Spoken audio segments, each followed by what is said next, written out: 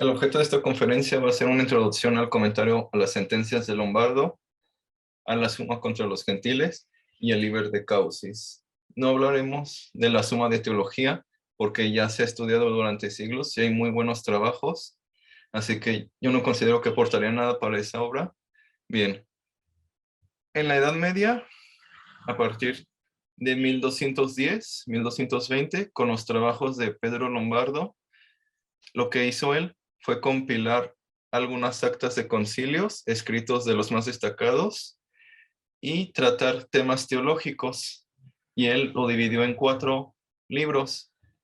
Y en el concilio, en el primero de Lyon, tomaron como referencia a Pedro Lombardo, esto para la absoluta simplicidad, para la creación ex nihilo, para la Santísima Trinidad. Y es por eso que a partir de 1220 a 1570, 69, es que se siguió usando. De hecho, quien quiera profundizar puede leer A Companion to Martin Luther, A Companion to John Calvin. Es de Cambridge y ahí especifica cómo fue que estos dos autores protestantes también hicieron sus comentarios para obtener el doctorado, y si no me equivoco también Zwinglio. Bien. Magisterio es la docencia. Recordemos que en la lógica está una falacia que se llama magister dixit, lo que el maestro dijo. Y es aquí su primera vez en la vida cuando Santo Tomás fue docente. Y suele ser abarcado entre 1256 a 1260. En 1257 concluyó su doctorado, que es Comentario a los libros de Pedro Lombardo. La fecha de su promoción, tal como la dieron muchos biógrafos, fue el 23 de octubre de 1257. Su tema fue la majestad de Cristo. Cuando recibían el doctorado, se les decía un pasaje bíblico, en este caso fue Salmo 103:13. Riegas los montes desde tus aposentos, la tierra será llena del fruto de tus obras, que dice que fue sugerido por un visitante celestial, parece haber sido proféticos de su carrera. Una tradición dice que San Buenaventura y Santo Tomás recibieron el doctorado el mismo día, y que hubo un concurso de humildad entre los dos amigos, sobre el cual debía ser promovido primero. Recibió los aplausos. El canciller de la Universidad, Aimérico de Weiss, les otorgó el grado académico. No obstante, para ejercer debía tener la anuencia del claustro profesoral, que le fue rechazada. Y esto es porque se les pedía una edad, era 32 años. San Buenaventura nació en 1221 y Santo Tomás 1224, 25, y no habían tenido esa edad.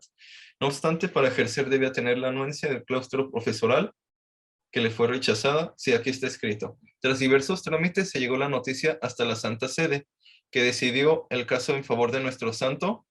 Bueno, en realidad desde los dos, de San Buenaventura y de Santo Tomás. Comenzó su carrera profesional con la disertación de rigor sobre varios libros. Explicó en su primer magisterio el libro de Isaías, que hace unos 2 años está la traducción, una rigurosa al inglés, de Trinitate por Boecio, debate sobre la verdad y el bien, los sentidos de la Santa Biblia.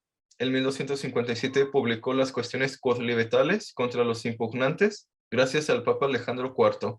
Fue aceptado al claustro, profesor. En 1250 comentó el Evangelio según San Mateo. Bien, vamos a hablar un poco de Pedro Lombardo.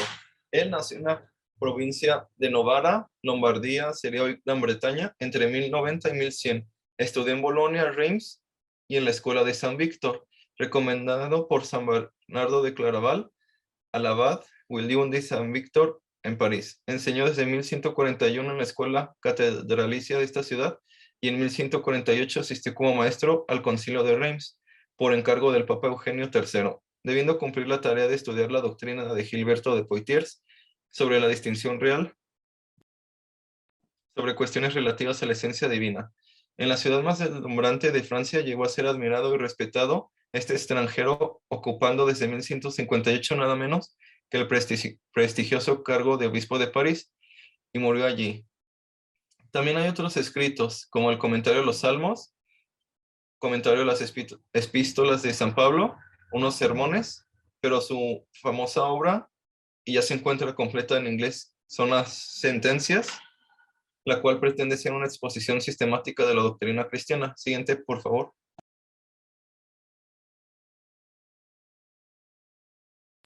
Bien, las sentencias es su obra magna, fue escrito en el siglo XII, me equivoqué, es una compilación teológica sistemática escrita alrededor del año 1150. Deriva su nombre de la sentencia o declaraciones autorizadas sobre pasajes bíblicos que reunió.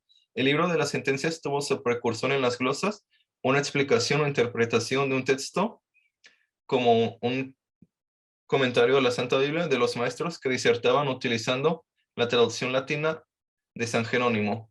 Y una glosa puede estar relacionada con la sintaxis o la gramática y es comentario versículo tras versículo o puede estar en algún punto difícil de la doctrina. Sin embargo, estas glosas no fueron continuas, sino que se colocaron entre líneas o en los márgenes del texto bíblico mismo. Lombardo fue un paso más allá, recopilando textos de diversas fuentes como la Santa Biblia, actas de concilios, escritos de los teólogos más destacados, y compilándolos en un todo coherente. Para lograrlo tuvo que abordar dos tareas. Primero, de idear un orden para su material, porque la teología sistemática aún no se había constituido como una disciplina, y segundo, encontrar formas de reconciliar las diferencias doctrinales entre sus fuentes.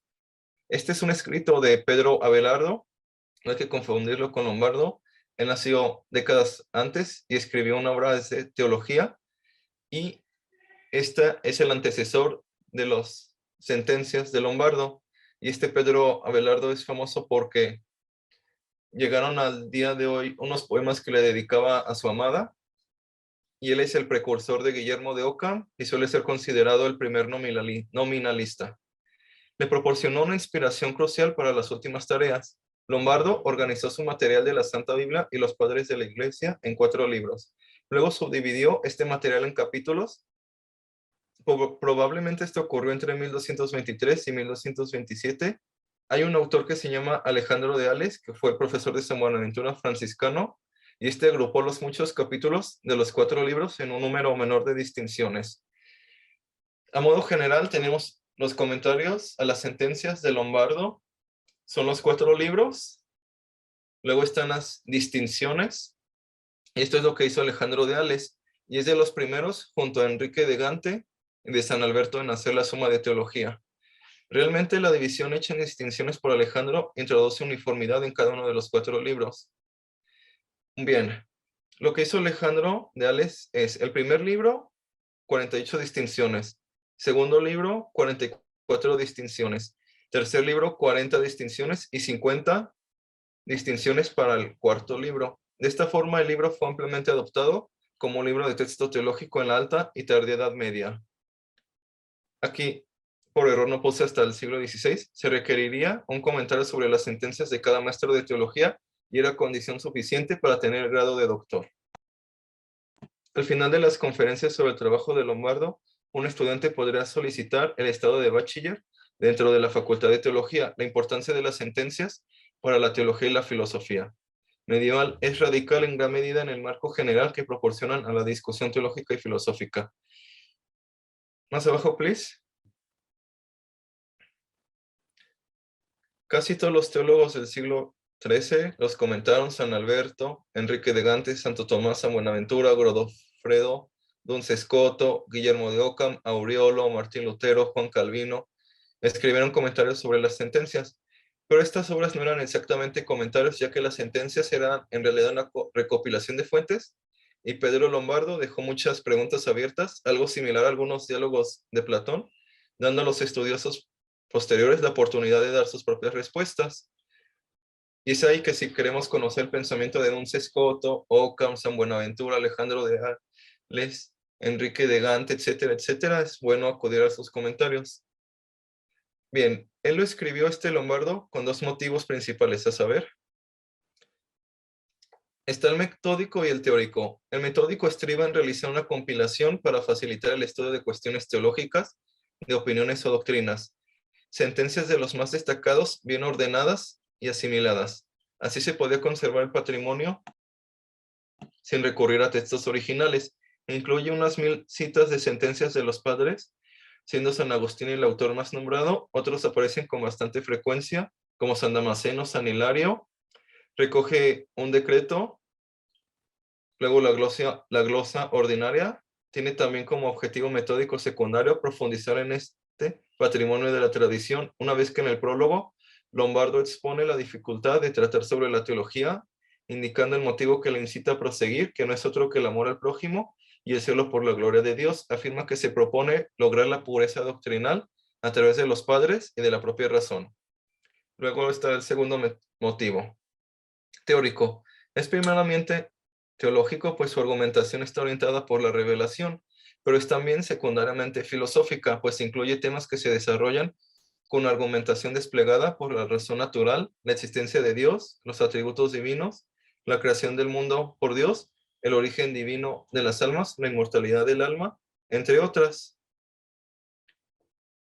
Deja en suspenso cuestiones nociológicas importantes, como las conectadas al problema de los universales. Recoge las cuestiones tradicionales de la antropología, de la cosmología y de la ética, pero la mayoría de las veces Lombardo renuncia a una especulación propia y mantiene un pulso moderado entre la autoridad y la razón, de manera que desde el interior de un intenso sentimiento místico propio de la escuela de Hugo de San Víctor, se levanta la autoridad manejada con el cauto medio de una dialéctica inspirada en Abelardo. ¿Por qué fue una gran relevancia desde 1215 a 1570? Fue el Cuarto Concilio Lateranense, el que confirmó como doctrina de la Iglesia Católica una de sus proposiciones sobre la esencia divina, nombrando expresamente a Lombardo. Todos estos valores lo convirtieron en el fundador de la teología escolástica, siendo su libro el manual por excelencia de la teología medieval. Y luego tenemos el esquema general. El estudio para tener el grado de doctor primero debía obtener el grado de bachiller bíblico tras 2 años de estudio, luego el de bachiller formado tras 2 años de comentar las sentencias, por último el grado de maestro, magíster, tras 4 años de realizar disputaciones y no antes de cumplir los 35 años de edad. Siguiente, please. Bien, aquí está la división de lo que trata cada libro. El primero es Dios el único ser subsistente con necesidad absoluta. Es nuestro fin último y Él anhelamos más que nada ni nadie. El segundo libro, Dios es el creador. Él no requiere de una materia preexistente como el demiurgo del Timeo. Se considera su obra creada junto a la caída y la gracia. El hombre concreto, caído y redimido por la muerte de nuestro Señor Jesucristo, filosofía del hombre, es considerada la encarnación del Verbo y su obra de redención junto con las virtudes, los dones del Espíritu Santo más el Decálogo, y el cuarto libro sobre la teología sacramental, Postrimerías. Bien, en los escritos de juventud de Santo Tomás, que son del lente, la esencia, tenemos encontramos unos argumentos de la existencia de Dios. Se encuentran en su comentario al primer libro en la distinción 3. Abro cita: partiendo de las criaturas llegamos a Dios de 3 modos: por causalidad, por remoción, por eminencia. La razón de esto es la siguiente: el ser de la criatura procede de otro. Por consiguiente, según esto, somos llevados o guiados a la causa de lo que procedemos. Esto puede suceder de 2 modos: o en cuanto a lo que ha sido recibido, y así somos llevados a modo de causalidad, o en cuanto al modo de recibir, ya que se recibe imperfectamente, y así tenemos 2 modos. El primero en la medida en que hay una remoción de la imperfección de Dios. El segundo en la medida en que aquello que ha sido recibido en la criatura se encuentra de modo más perfecto y más noble en el Creador, y así este es el modo por eminencia. Ahora vean con cuidado el chat.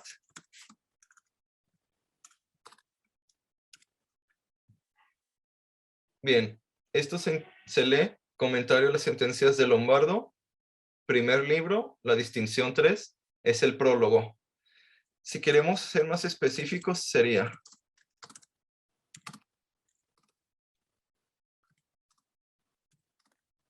comentario al primer libro de las sentencias de Lombardo, distinción 3, cuestión segunda, artículo 3, respuesta a la primera objeción. Cada comentario de las sentencias se solía dividir en 4 partes: la división del texto, exposición esquemática del texto, problemas sobre el texto, comentario en forma de cuestión. Santo Tomás nombra a Lombardo el maestro y o magister. Prólogo. Ahora vamos a leer el prólogo. Siguiente, please.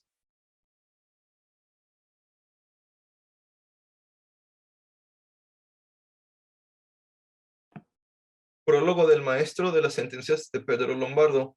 y así hasta sus últimos escritos se refiere a él con respeto, deseando poner en gasofilacio o estancia del tesoro del Señor algo de nuestra penuria e indigencia extrema, hemos osado escalar cimas arduas y llevar a cabo una obra que supera nuestras fuerzas, poniendo la fe del cumplimiento y la merced del esfuerzo en el samaritano, quien entregando 2 denarios para la curación de aquel mal herido, declaró pagar toda al mesonero si gastaba de más.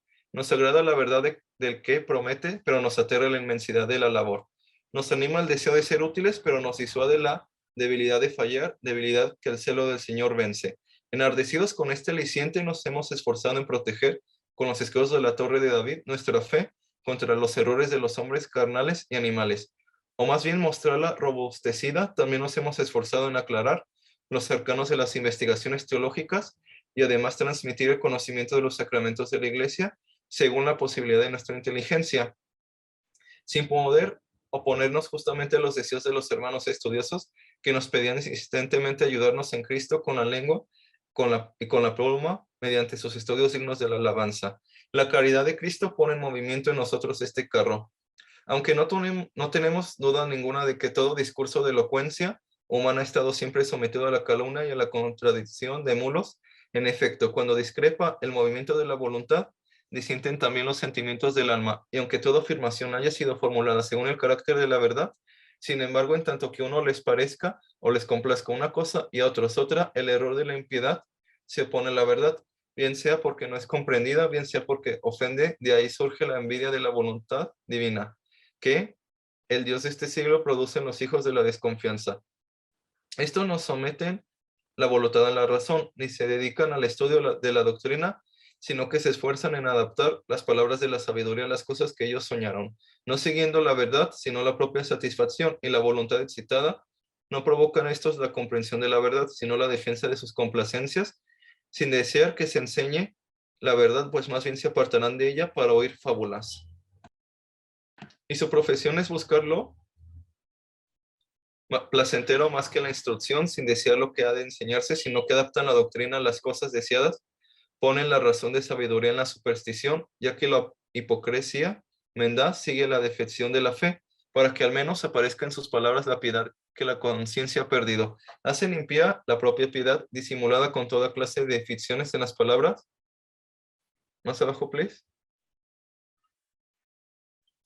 Poniendo su esfuerzo en corromper la santidad de la fe con el establecimiento de una doctrina falsa, introduciendo en los demás el prurito de los oídos, con el nuevo dogma de sus deseos. Luchan contra la verdad sin tregua, esforzándose en ser pendencieros. Así pues, la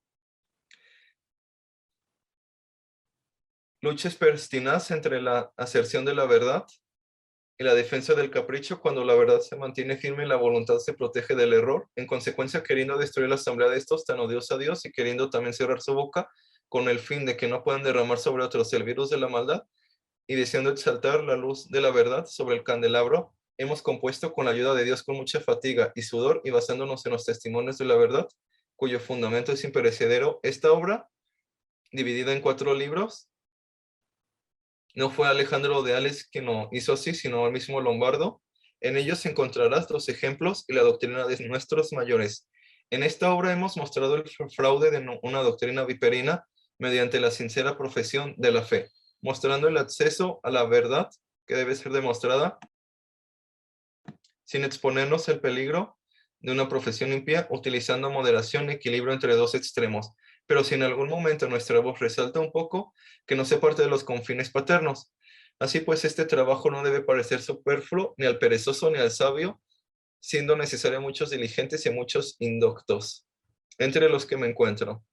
Lombardo se refiere a sí mismo, encerrando en un breve volumen las sentencias de los padres, puestos sus testimonios para que no les sea necesario al investigador acudir a numerosos libros, ofreciéndole sin fatiga al que indaga una síntesis concentrada. Ahora bien, en este tratado no solo desea un lector piadoso, sino también un censor libre, máxime cuando se trata de una cuestión de una verdad profunda. Y ojalá tuviera esta tantos defensores cuanto opositores, y para que lo que se busca se presente más fácilmente, anticipamos los títulos con los que se distinguen los capítulos de cada uno de los libros. Bueno, tenemos los escritos de la juventud de Santo Tomás, son aquellos de la década de los 40 a julio de 1259. cuando era bachiller, estaba estudiando y su primer época de docencia en París. Como vimos, son estos, que es sobre las partes de la Sagrada Escritura, sobre San Jeremías su comentario, sobre San Isaías, sobre el ente y la esencia, sobre la naturaleza de la materia, y aquí habla de los elementos, agua, tierra, fuego, y lo que nos da que es humedad, seco, y un poco de las enfermedades. Más abajo, por favor. Ahí están sus comentarios a las sentencias, los principios de la naturaleza del hermano Silvestre, contra los detractores de la vida religiosa, las cuestiones sobre la verdad, que esta no la puedo terminar. Siguiente, por favor. Características. Un poco arriba, gracias. Está fuertemente influenciado por Lombardo, San Anselmo, en cuestiones de teología mística y o espiritualidad por San Bernardo. Se cree que no accedió a las actas de los concilios y se encuentran los primeros esbozos de las 5 vías en el ente y la esencia, y en la primera parte, el primer libro de los que escribió Lombardo en la distinción 3 y en la cuestión 5 artículo 2 de la verdad. Bien, todo eso que está ahí escrito es el libro que se conoce de Causis. Fue escrito en árabe y Santo Tomás fue el primero en darse cuenta porque se creyó que era una obra de Proclo o del pseudo Dionisio. No obstante, Santo Tomás estuvo investigando con la Escuela de Traductores de Toledo y no se encuentra, no existe nada escrito en griego, sino más bien en árabe. Bien, el libro de Aristóteles también se creía que si no fue Proclo ni el pseudo Dionisio, que lo había escrito el mismo Aristóteles, de la explicación sobre la bondad pura. Se trata de una obra filosófica, teológica, atribuida erróneamente a Aristóteles. Santo Tomás fue el primero en darse cuenta que no es autor, sino un árabe. Por desgracia, no sabemos quién es. La obra trata sobre los primeros principios de la realidad, en concreto sobre las primeras causas, su modo propio de ser, su distinción, la conservación divina, la serie jerárquica de causas per se, en el presente. Lo que hace del texto una lectura difícil es la manera que tiene de nombrar a las causas, que son 3. La causa superior, luego habla sobre las almas, que estas son eternas, atemporales, porque es un escrito fuertemente influenciado por Platón, y luego habla sobre la eternidad. Y aquí lo que está en itálica sería comentario al libro de las causas, la proposición 2 y numeral 19. El ser superior a la eternidad es la causa primera a Dios. El ser con la eternidad es la inteligencia, el ser que viene después de la eternidad, pero que está sobre el tiempo, porque en cierto sentido él causa el tiempo, en cuanto causa del movimiento es el alma. Es un esquema típicamente neoplatónico. De hecho, es la división que Plotino hace del universo. Fue Porfirio quien escribió las Eneadas, y ahí se encuentra la filosofía de Plotino. En este libro se aparta del pensamiento de Proclo. Es un resumen con diferencias de los elementos de teología de Proclo. Sobre los primeros principios, existen textos críticos escritos distribuidos en diversas proposiciones, a manera de los que examinan sistemáticamente una por una algunas verdades. De esta índole hay en griego un libro del platónico Proclo que contiene 221 proposiciones y que se nos ha transmitido con el título de Elementos de Teología. En árabe se encuentra el libro que los latinos denominan de Causis y se sabe que ha sido traducido del árabe y que no se encuentra en absoluto en griego. Ahora bien, parece que este ha sido extraído por algún filósofo árabe del citado libro de Proclo, especialmente porque todo lo que en él se contiene se encuentra más plena y ampliamente en este. Los elementos de teología de Proclo es una obra extensa, mientras que este de Causis es más pequeño. Y esto escribió Santo Tomás al inicio y San Alberto escribió su comentario al libro de Causis, pero San Alberto sostenía que fue Aristóteles el que lo escribió. Fue recogido por un cierto David, el judío, a partir de las doctrinas de Aristóteles, Avicena, Algacel y el Farabi. Él las ordenó en forma de teoremas, a los que añadió comentarios a la manera en que Euclides había procedido para establecer la geometría y al igual que Euclides, demuestran en sus comentarios los teoremas en orden sucesivo.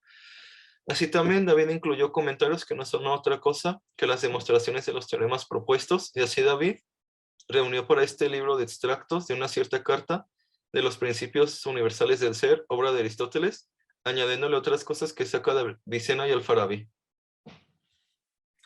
Bien, Santo Tomás está fuertemente influenciado por tres autores. En el centro, el de Causis, no sabemos quién lo hizo, los elementos de teología de Proclo, y finalmente sobre los nombres divinos o nombres de Dios del pseudo Dionisio. El texto original de los elementos de teología contiene 211 proposiciones.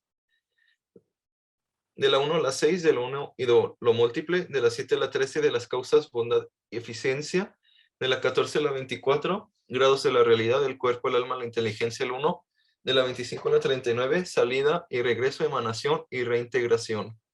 40-51, el autosubsistente, 52-55, el tiempo y la eternidad, 56 a 65, grados de causalidad, 66 a 74, el todo y las partes, 75-86, relación de las causas a sus efectos, la potencia, del 87 a la 96, el ser, el límite y la infinitud, de la 97 a la 112, teoremas suplementarios sobre la causalidad, de la 113 a la 165, las unidades divinas o dioses, 166 a 183, las mentes o inteligencias, 184 a 211, las almas. Recordemos que estas son las proposiciones y después hay algunas subproposiciones. Se encuentran los elementos de teología de Proclo, edición bilingüe, pero es inglés, griego, por la Universidad de Oxford. Nuestro santo rectificará puntos nucleares. En primer lugar, incluirá el ser en el uno. Dios es el mismo uno y es el ser por sí mismo, aceidad. En segundo lugar, afirmará que ese uno ser es imparticipable, ser por esencia. En tercer lugar, dirá que la salida del uno no es realizada por un flujo necesario, sino por una emanación libre, similar, pero no es la creación ex nihilo, como causalidad eficiente en la primera acción de la causa primera, que es la creación. La diversidad de las cosas proviene de dicha causa. Por último, verá la creación como la única instancia que puede otorgar una participación en el ser, guardando una distancia infinita entre el ser subsistente, a saber Dios, y el ser creado. Y abro cita: si el mismo uno es la esencia de lo primero, conviene que si algo difiere de él, sea partícipe de la unidad. Y esto es, comentario del libro sobre las causas, la proposición 32. Todavía no se ponen de acuerdo sobre cuántas proposiciones hay en el libro de las causas. Algunos académicos ponen que 31 y algunos que 32. Esto es por la traducción del árabe al latín, al inglés, al español. Santo Tomás, desde que ingresó a la universidad, conoció las obras del pseudo Dionisio. La que más influyó en él es el de los nombres divinos, dedicando un comentario que hizo en 1261. Enseña que Dios es el superser, la superbondad y el superuno. Como Dios está por encima de todo ser, los enunciados positivos que se le atribuyen deben ser continuamente corregidos.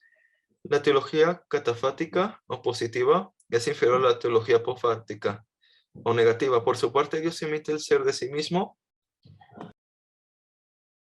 Todo está contenido en él, como las líneas radiales en el centro, como los rayos en el sol, como las aguas fluviales en la fuente, como la copia en el modelo. La causa suprema encierra o contiene los modelos de todos los seres. Los modelos, los ejemplares o paradigmas, son como las esencias, ideas o razones de las cosas y están unificados en Dios. Por su medio se lanza al ser todo lo que existe, ideas que no son menos conceptos, sino decretos o determinaciones de la voluntad divina. Como Santo Tomás diría más tarde, recogiendo una tesis neoplatónica, pero las cosas participan de Dios según es capaz cada una. Y aunque ellas fueran eternas, su eternidad nunca igualaría a la de Dios, que es o existe sobre todo tiempo. Las cosas proceden de Dios siguiendo una gradación rigurosa, pues cuanto más cerca están de Él, más participan de su perfección y unidad. La dispersión en lo múltiple cierra la cuota de participación. Bien, y Santo Tomás hizo una explicación de la teología del pseudo Dionisio, y es lo que les leí hace unos minutos. Partiendo de las criaturas llegamos a Dios de tres modos: por causalidad, o sea, la eficiente; por la remoción, la teología negativa; o por eminencia, la teología afirmativa. La razón de esto es la siguiente: el ser de la criatura procede de otro, Por lo tanto, según esto, somos llevados o guiados a la causa de la que procedemos. Esto no puede suceder de dos modos: o en cuanto a lo que ha sido recibido, y así somos llevados a modo de causalidad, o en cuanto al modo de recibir, ya que se recibe imperfectamente, y así tenemos dos modos. El primero, en la medida en que hay una remoción de la imperfección de Dios, como los atributos que empiezan con in. El segundo, en la medida en que aquello que ha sido recibido en la criatura se encuentra del modo más perfecto y más noble en el Creador. Y así, este es el modo por eminencia. Santo Tomás es aristotélico, estamos en esto de acuerdo. Santo Tomás es únicamente aristotélico y no platónico. Esto lo niego. La distinción real entre entendimiento, gente y paciente está en Aristóteles, en De Ánimo. Aquí está la cita. No obstante, no hay que olvidar que la obra del entendimiento gente, según Santo Tomás, es una participación de la capacidad cognitiva de Dios. Así que mirar a Santo Tomás como una especie de cristianizador se queda en lo meramente superficial. Siguiente. Gracias. La participación juega un papel de suma importancia en el pensamiento de Santo Tomás. ¿Qué es participación? Participar no es ser una parte de aquello de lo que se participa, es tener su propio ser y recibirlo de otro ser. Y el hecho de recibirlo de él es precisamente lo que prueba que no se es él. Una propiedad se puede multiplicar en muchos individuos a partir de un agente sin desaparecer o disolverse. El agente puede comunicar a otros esa participación, pero sin perderla. Eso es lo que llamamos la participación. Participar, y aquí está parte Capper, tomar parte no se trata de algo físico, ya que cuando tomamos algo de un todo, se disuelve. Pensemos en un pastel, todos los que participan del pastel la disuelven. Si pensamos así, no entenderemos la metafísica de Platón ni de Santo Tomás. La otra forma de entender la participación es tener parcialmente lo que otro tiene plenamente. Y se puede ilustrar con un ejemplo. Te invitan a una boda que va a ser entre Emilio y Jimena. Y ellos se van a casar y ellos tienen la felicidad en grado sumo y los invitados participan. Y de acuerdo a cuánto contacto se haya tenido con ellos, es el grado de felicidad. Ciertamente sus padres, sus hermanos, van a ser los segundos más felices. Y ya sus primos lejanos, tíos lejanos, y así son los que van a tener menos felicidad. Recordemos que este es un ejemplo y todo ejemplo de suyo es imperfecto. Bien, Platón estableció las especies separadas de todas las cosas. De este modo, los individuos son llamados tales en cuanto son participaciones de las especies separadas. Ejemplo, Sócrates es llamado hombre en cuanto es especie separada de hombre. Además, así como mantenía la idea separada, por ejemplo, de hombre,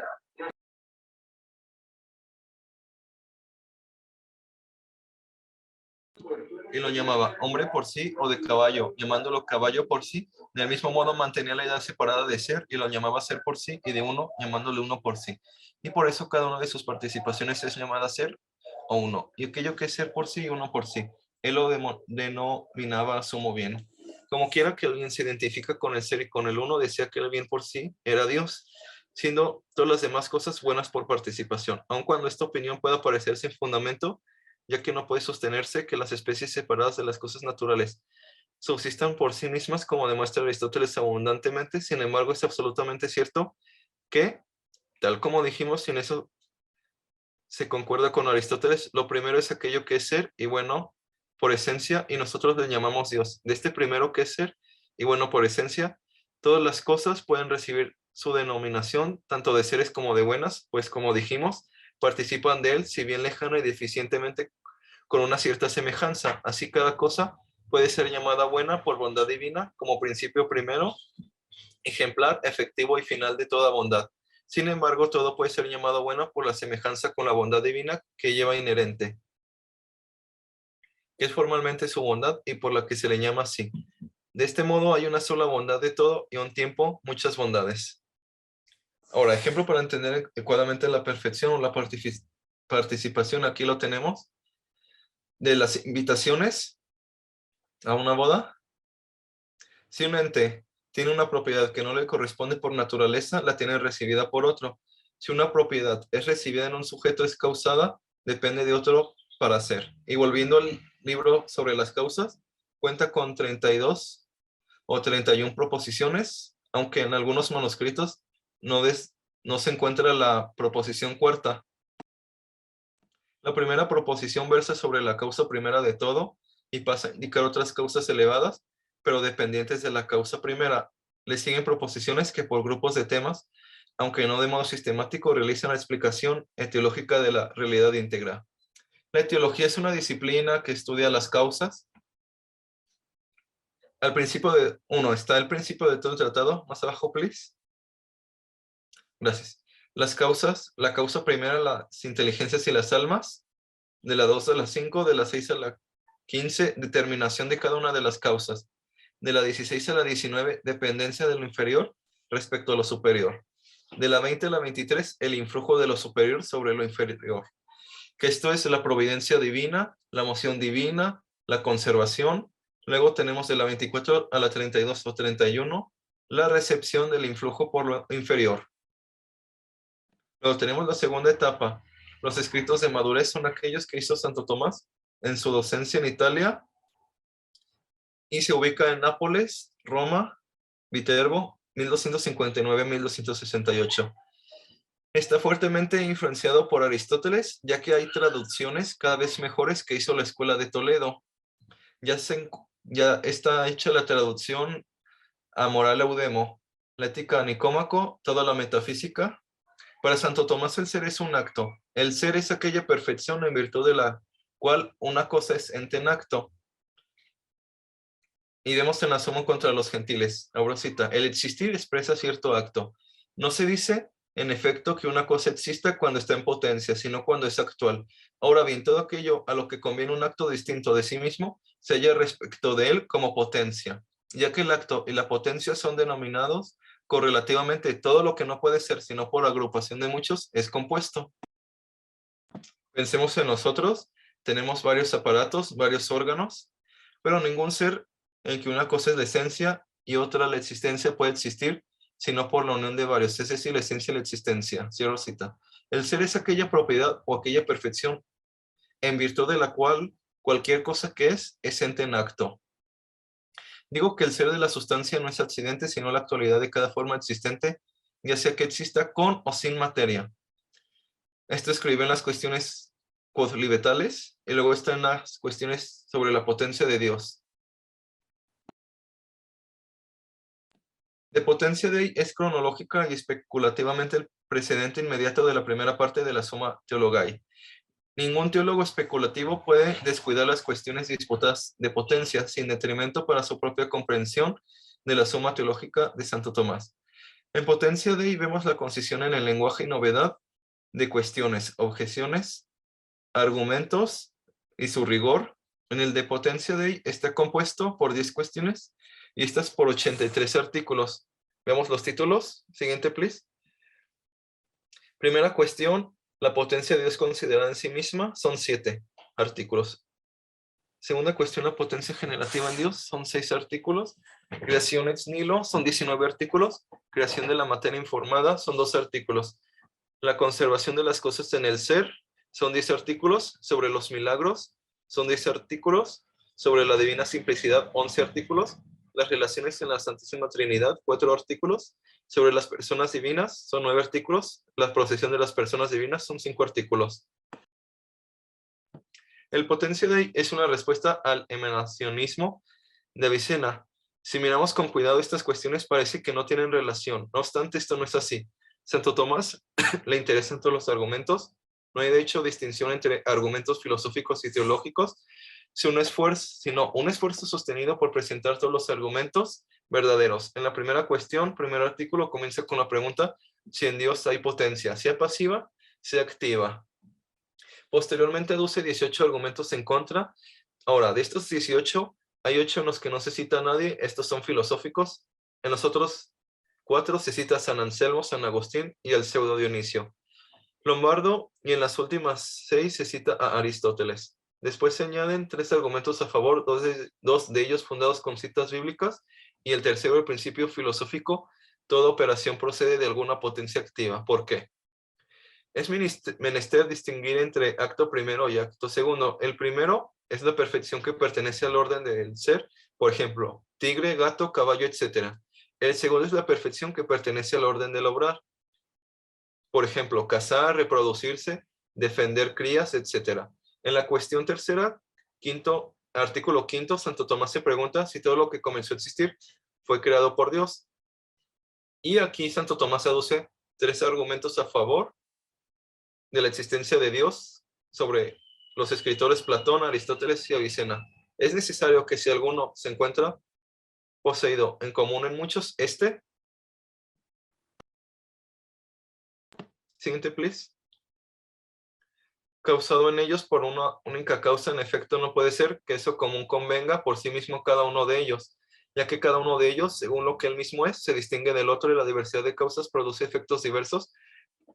Ergo, encontrándose como común el ser a todas las cosas, las cuales son distintas unas de otras en virtud de lo que son, es preciso que necesariamente el ser les sea asignado no por ellas mismas, sino por alguna causa única. Y este parece ser el razonamiento de Platón, que quiso que antes de toda multitud hubiera una unidad, no solo en los números, sino también en la naturaleza de las cosas. Pueden leer el Timeo y el libro 10 sobre las leyes. La segunda razón es que cuando se encuentra algo participado en muchos de modos diversos, es necesario que por aquel en el que se encuentra de modo perfectísimo, se atribuya a todos aquellos en quienes se encuentra de forma más imperfecta. En efecto, en aquellas cosas que positivamente se dicen según un más y un menos, poseen esa característica según su mayor alejamiento o proximidad a algo uno. Si esa característica les conviniera a cada uno de ellos en virtud de sí mismo, no habría razón para que se encuentre en uno de modo más perfecto que en otro. Como vemos que ocurre con el fuego, que siendo lo más caliente, es el principio del calor para todas las cosas cálidas. Bien, Santo Tomás, al igual que todo escritor, lo que hace es presentar ejemplos para ilustrar, porque esto es muy complejo y es para que así los demás, los que no están acostumbrados a la teología y filosofía, lo puedan comprender. Y aquí Santo Tomás no quiere entrar a discusiones de la física cuántica. Ciertamente hay que establecer que exista un único ente, que es ente perfectísimo y absolutamente verdadero. Esto se prueba porque hay algo que produce el movimiento, siendo perfectísimo y absolutamente verdadero. Esto se prueba porque hay algo que produce el movimiento, siendo absolutamente inmóvil y perfectísimo, como ha sido probado por los filósofos.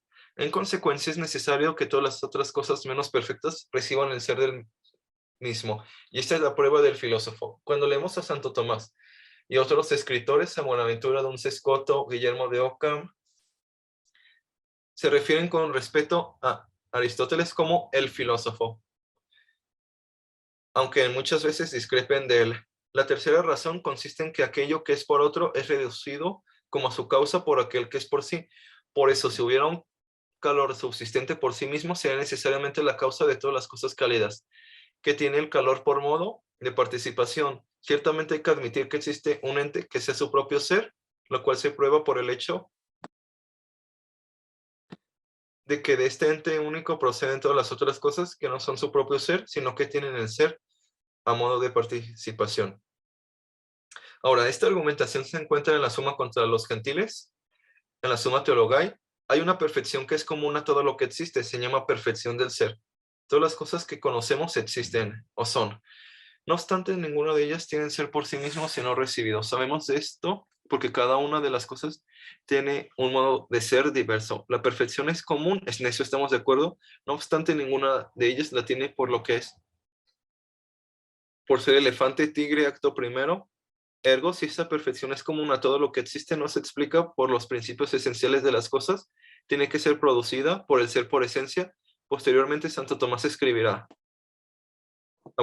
es necesario que por encima de un ser determinado y particularizado persista algo no particularizado, lo mismo que si el fuego se encuentra en el hierro, particularizadamente y en cierto modo participadamente la naturaleza ígnea debe encontrarse antes en aquel que es fuego por esencia, de ahí que ir encontrándose el ser las demás perfecciones y las formas de los cuerpos como particularizadamente porque están recibidas en una materia. Es necesario que exista alguna sustancia incorpórea que posee en sí la perfección del ser, no particularizadamente, sino con una cierta y universal plenitud. Bien, es en esta etapa 1263-1264 cuando Santo Tomás concluye su segunda obra más famosa y más monumental, Es así, él como la llamó, que una traducción más o menos algo mediocre sería libro sobre la veracidad de la fe católica contra los errores de los infieles. Esta espléndida obra consiste en 4 libros. La división poco conocida de la contra gentiles es una división epistemológica, según el modo de dividir las ciencias, 2 partes de las cuales la primera se refiere a aquellas cosas que la fe nos transmite y que la razón con sus solas fuerzas puede alcanzar, y la segunda parte sobre aquellas cosas que la fe nos transmite y que la razón con sus solas fuerzas jamás podrá alcanzar. Esta segunda parte se limita al libro cuarto, y los otros 3 libros se refieren a verdades de las cuales nos habla la Sagrada Escritura y la tradición, pero que la razón puede alcanzar. Aquí se encuentra, por ejemplo, el Tratado de los Ángeles. Incluso su estudio sobre la gracia se encuentra allí. Es muy interesante porque hay un aspecto que Santo Tomás considera que la razón natural puede alcanzar, pero el tema de que la gracia nos comunica la naturaleza divina, nos hace hijos de Dios, nos permite acceder a la comunión de la Santísima Trinidad. Todo eso ya es de fe y pertenece al 4 libro.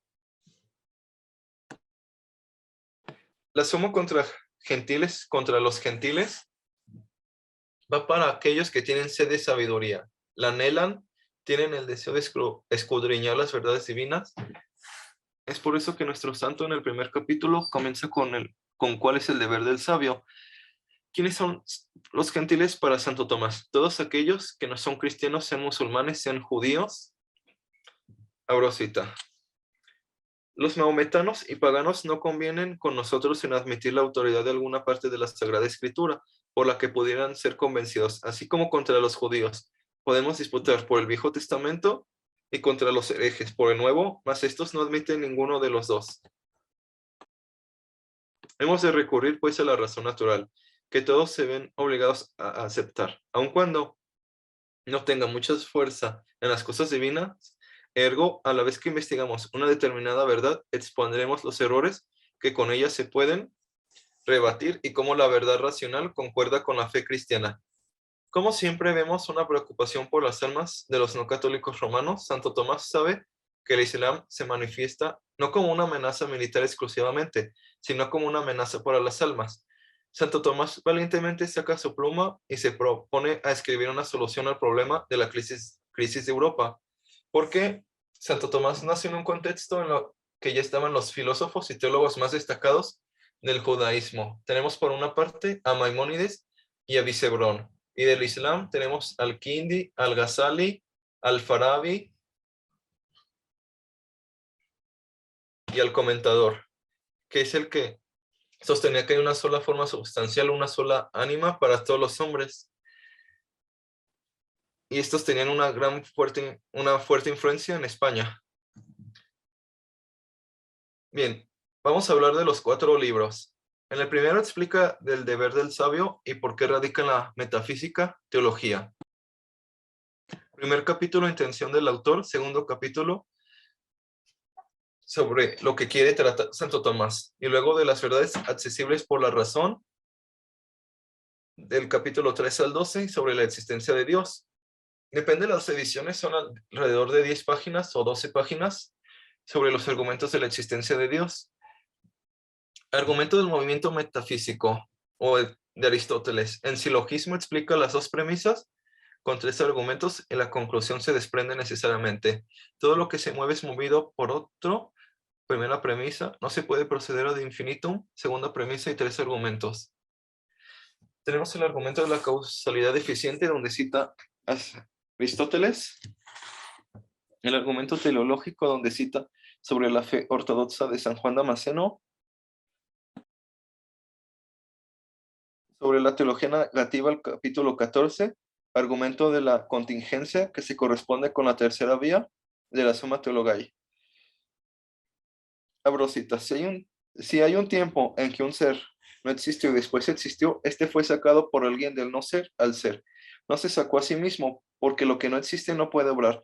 Si en cambio fue sacado por otro, este es primero que él. Pero hemos demostrado que Dios es la causa primera, no ha comenzado, por tanto, a ser, ni ha dejado de ser. Porque lo que siempre existió tiene virtud para existir siempre.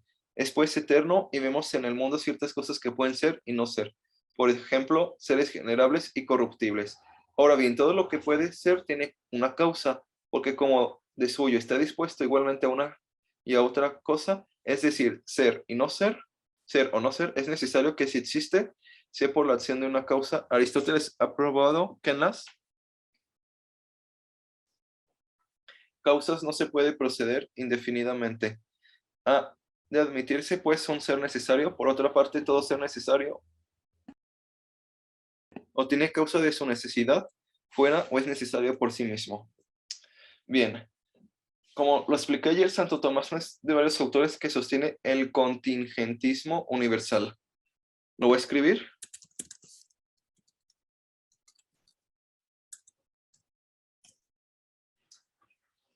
Para Santo Tomás hay entes contingentes, entes necesarios, con necesidad débil, están las almas, los ángeles, y luego está Dios, que es el ente necesario con necesidad absoluta. Bien, y no se debe proceder indefinidamente en la serie de seres necesarios que tienen la causa de su necesidad fuera de sí mismos. Aquí se refiere a las almas y a los ángeles. Hemos de admitir, pues, un ser primero, necesario por sí, es decir, en grado sumo, absolutamente. Tal es Dios, causa primera, como ya se ha dicho. Dios es ergo eterno, por ser eterno, todo ser necesario de por sí. Siguiente, please.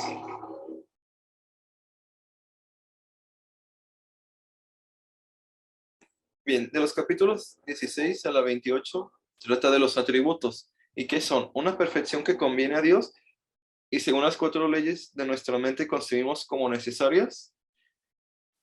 El principio de no contradicción, la ley de la identidad, la causalidad eficiente, nuestra validez de la razón. Así pues, Santo Tomás nos habla de los atributos positivos y negativos.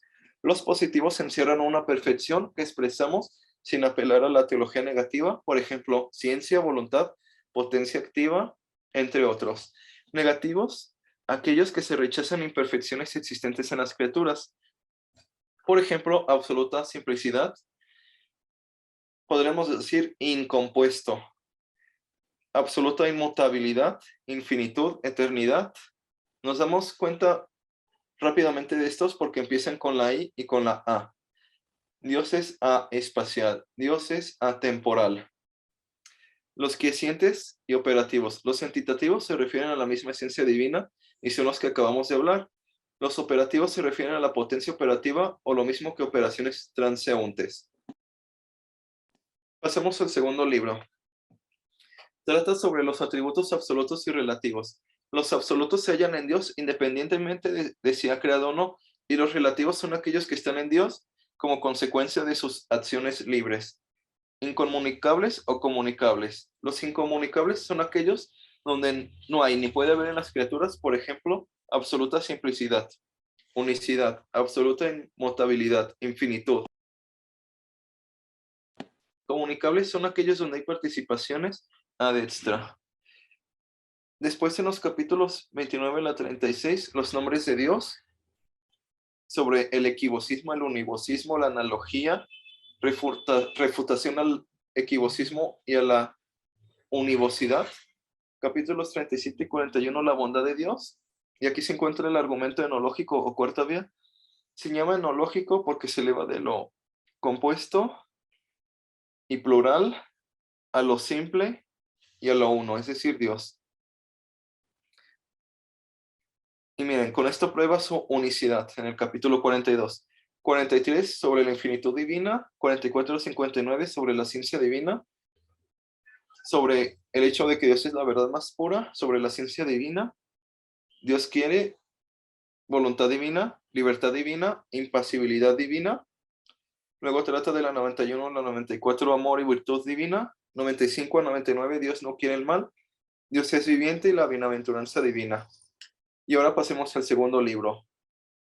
Los primeros 5 capítulos son conexión con el primero. Después se habla del poder de Dios en general, de cómo recae el poder de Dios en las criaturas y cómo se denomina. La creación ex nihilo otra vez aduce lo que se conoce la cuarta vía. Dios es la causa eficiente de todo lo que existe y la causa ordenadora, la causa conservadora. Dios es el único que puede crear dada su potencia infinita.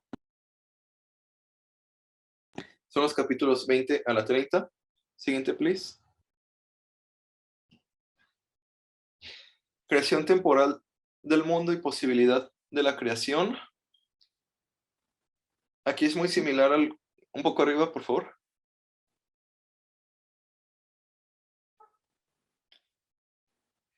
Aquí es muy similar al opúsculo que hizo contra los murmurantes.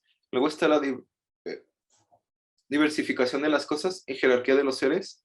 Requieren de Dios, de las criaturas más perfectas, las sustancias separadas o ángeles, del hombre en sus diversos componentes, qué es y qué no es en sí el alma humana. Aquí ya estamos en filosofía del hombre. Distinción entre el entendimiento y el sentido, la unión substancial entre cuerpo y alma, del entendimiento agente y del entendimiento posible, de la inmortalidad del alma, que el alma humana es creada por Dios directamente. Bien, los principales asuntos del tercer libro es sobre la causalidad eficiente divina de todas las cosas. Se han tratado en el libro segundo. Ahora considera en cuanto a Dios fin último y rector de todo lo creado. Este libro se divide en dos grandes partes. En la primera se trata de Dios fin último de todas las cosas creadas y pone objeciones por las que parece que la bienaventuranza del hombre, el fin de la vida, es la riqueza, es el placer, es la virtud, hacia alrededor de 12 objeciones y después las va respondiendo. En la segunda parte del tercer libro, de Dios conservador, soberano, justo, misericordioso y similares. De los capítulos 64 a la 163, Santo Tomás divide la segunda parte en otras dos, según que se considere a Dios rector universal de todo lo creado, o especial de solo los seres intelectuales, aparte pues de la introducción y su conexión con el libro anterior.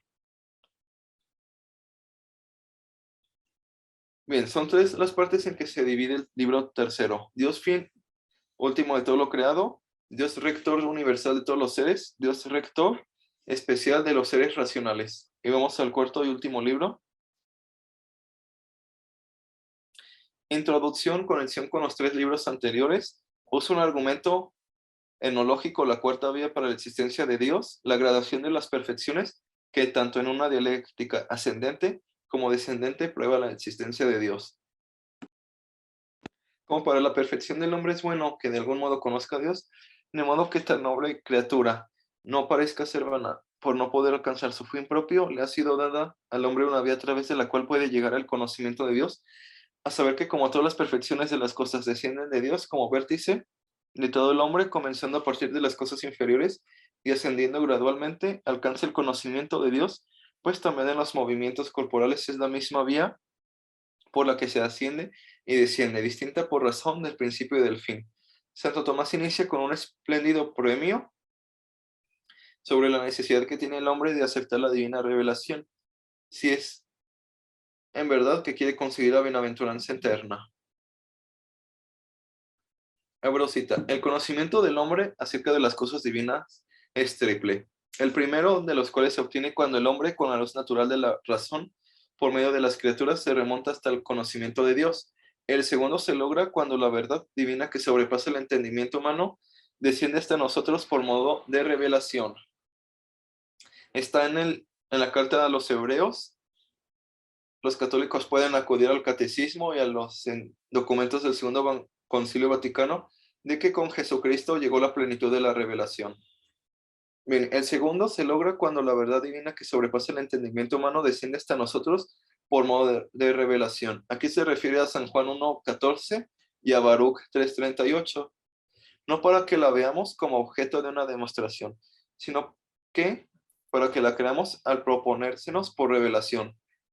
El tercero ocurrirá cuando la mente humana sea elevada a contemplar perfectamente las cosas que han sido reveladas.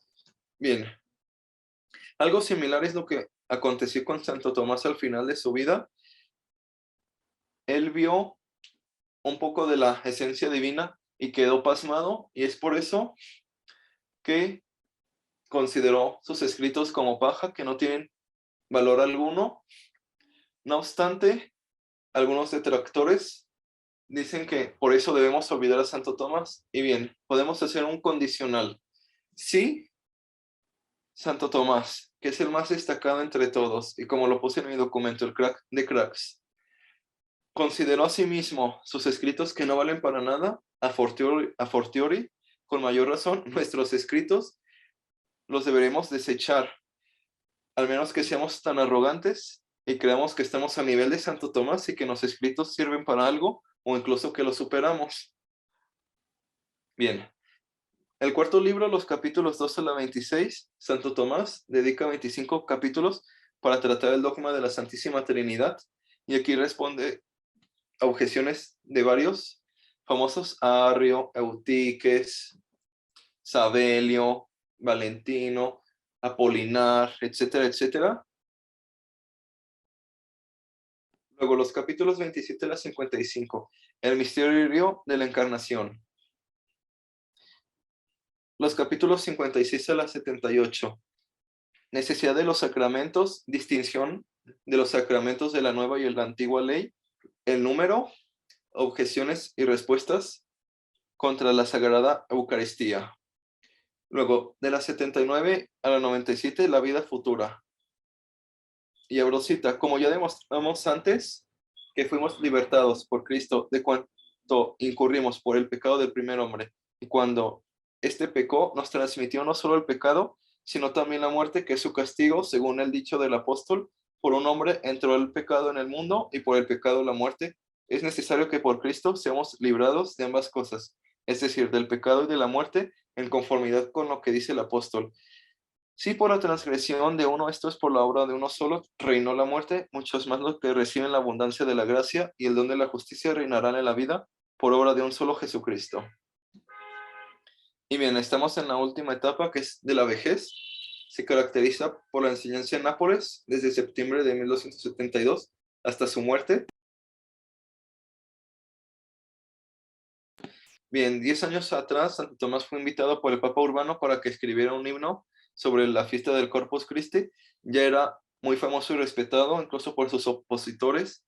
Siger de Brabante, con quien tuvo debate y lo logró persuadir, Enrique de Gante, Roberto Grosseteste, entre otros. Y los escritos de esta última etapa son comentario a los libros de la política de Aristóteles, que no los logró terminar, sobre el cielo y el mundo, sobre Romanos de San Pablo, epístola a los Corintios, a los Salmos, sobre generación y la corrupción de Aristóteles, sobre las falacias y las artes.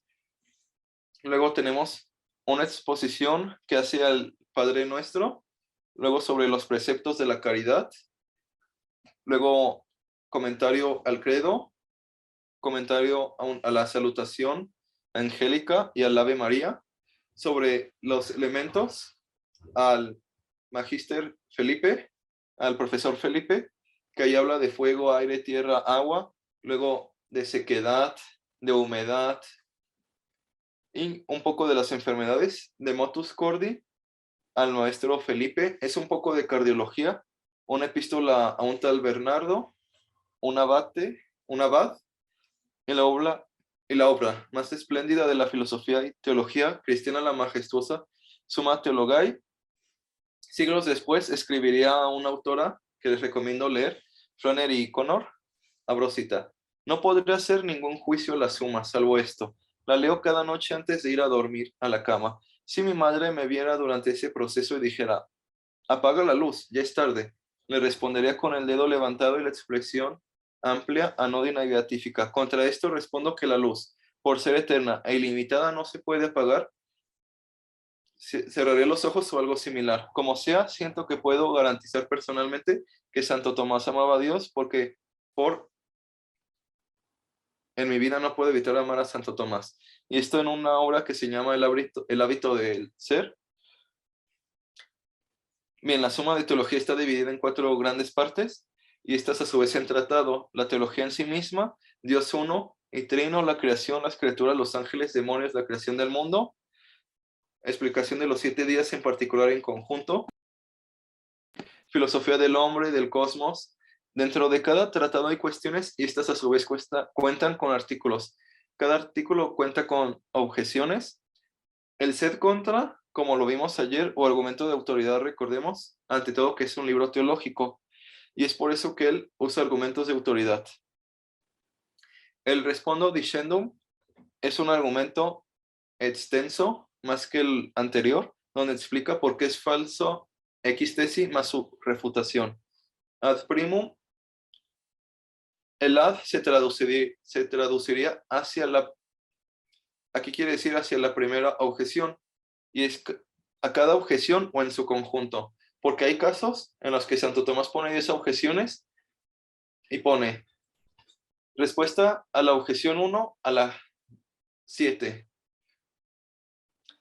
Cada artículo comienza formulando en su título una única pregunta de tal forma que solo sean posibles dos respuestas, sí o no. Santo Tomás hace esto no porque crea que la filosofía o la teología es tan simple como un examen de verdadero o falso, sino porque quiere que un tema sea finito y decidible, tal como lo hacen los debatientes al formular su resolución. Hay un número indefinido de posibles respuestas a una pregunta como ¿qué es Dios? Recordemos ayer que de niño, cuando estaba en la orden de San Benito, les decía quid est Deus. Si hubiera formulado sus preguntas de esa manera, la suma podría tener 3 millones de páginas en lugar de 3.000. En cambio, pregunta, por ejemplo, si Dios es un cuerpo, eso es posible decidir y demostrar que una de las posibles respuestas sí es falsa y por tanto que la otra no es verdadera. Dado que es la obra teológica más importante, daremos un glosario con los superíndices para que el lector vea que está en consonancia con los escritos de Santo Tomás. Esto es todo por hoy. Cuando les comparta el documento se van a encontrar un glosario que hice y estos son los superíndices. Mira, ¿te puedes ir a las últimas páginas, por favor?